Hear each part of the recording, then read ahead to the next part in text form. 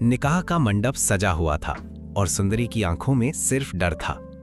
कुर्बान अली जबरदस्ती उससे निकाह पढ़वाने ही वाला होता है, तभी अचानक कमरे का दरवाजा टूटता है और सामने खड़ा होता है गुलाम।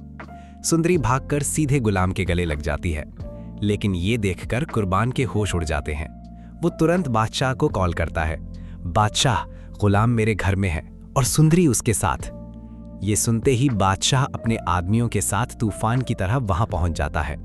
कमरे का दरवाजा खुलते ही वो देखता है कि गुलाम सुंदरी को संभाले खड़ा है।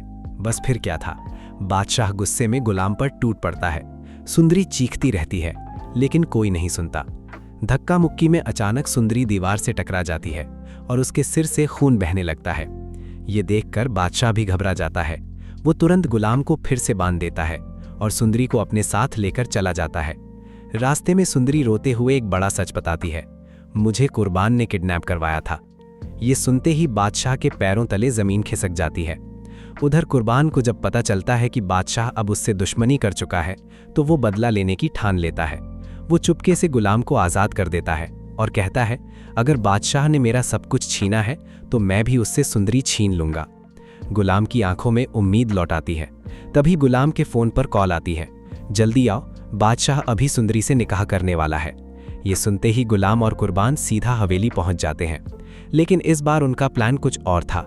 जैसे ही बादशाह मौलवी को लेने बाहर जाता है, दोनों मिलकर बादशाह को किडनैप कर लेते हैं और उसे एक सुनसान मकान में बंद कर देते हैं। हवेली में सब परेशान थे।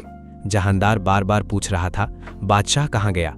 तभी कुर्बान अली वहां पहुंचता है और धमकी देता है, अगर अभी गुलाम और सुंदरी का निकाह नहीं करवाया तो बादशाह जिंदा नहीं बचेगा। डर के मारे सब चुप हो जाते हैं। मौलवी साहब को बुलाया जाता है और कुछ ही पलों में गुलाम और सुंदरी का निकाह हो जाता है।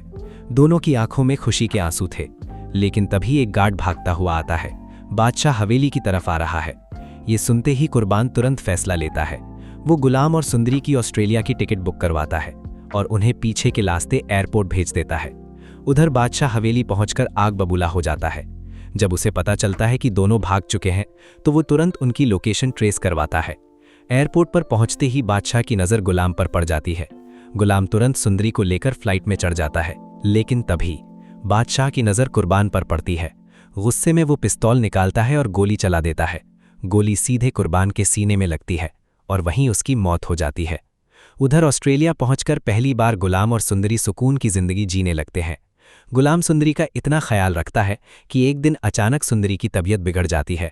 गुलाम उसे तुरंत डॉक्टर के पास ले जाता है और डॉक्टर मुस्कुराते हुए कहती है, मुबारक हो, आप मां बनने वाली हैं। ये सुनते ही दोनों खुशी से रो पड़ते हैं। लेकिन दोस्तों, क्या बादशाह सच में उनकी जिंदगी से हमेशा के लिए चला गया है, या फिर आने वाला है एक और बड़ा तूफान? जानने के लिए अभी चैनल को सब्सक्राइब करो, वीडियो को लाइक करो और कमेंट में बताओ, क्या गुलाम और सुंदरी का प्यार हमेशा साथ रहेगा?